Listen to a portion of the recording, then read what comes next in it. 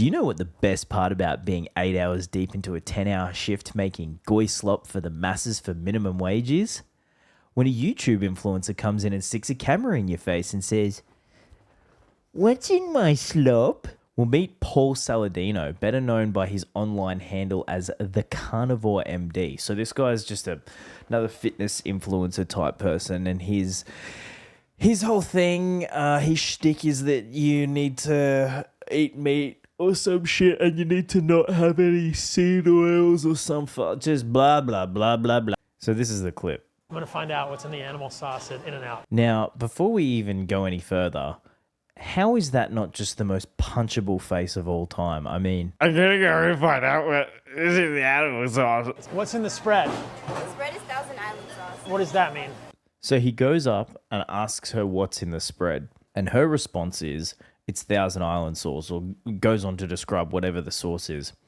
His response to that is, what is that? Straight away, this woman should have known she's dealing with an insane person. That would be like walking into a restaurant, pointing at a chair and going, what is that? What the fuck is that? What is that? There's no ingredients on here. It's just this sauce, but I don't know what's in there. Let me just point out this bit right here. Just because you're laughing and smiling and trying to be charming doesn't mean you're not also simultaneously being very fucking annoying.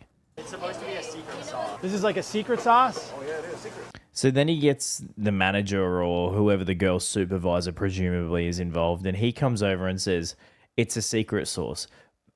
Reading between the lines there, you should be able to realize. And the other thing that I want to point out is the noise that's in the background. Pay attention to how busy it sounds in there. Just the last thing you want to be doing is dealing with fuckwit inquiries about what's in the fucking secret sauce. It's called secret sauce. Just shut up and put it in your fucking gob. Does it have like seed oils? I'm like sensitive to seed oils. So this face right here says it all. He hits him with the, has it got seed oils in it? Now, obviously, the real answer to this is my man just goes, I don't know if there's any seed oils in this, and he's trying to think in the back of his mind, like, how do I deal with this guy? But I would like to think that this is actually the response of someone that knows what this guy's getting at, realize he's being a fuckwit, and has to restrain himself from punching the guy across the counter. It's just, does it have seed oils in it? Fucking shut up, cunt! Like this, is it good? You've never had animal sauce and you work here? You've never had animal sauce and you work here? You person working in fast food restaurant are actually just here because it's a form of employment and you need to pay your bills? Whoa! The only thing that I have soy here is cheese. Yes, number That's 63. it. I can maybe give you a number. Customer service, they can probably better help you than I. So thankfully the people that are working in the actual restaurant managed to fuck this clown off outside and say, I can give you a number for someone from one of our corporate offices. You can go and fucking pester them like you should have known to do in the first place instead of coming into a busy restaurant and annoying the fuck out of all of us.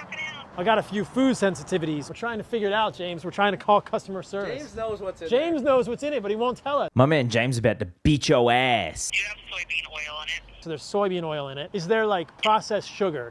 Yes, there is sugar.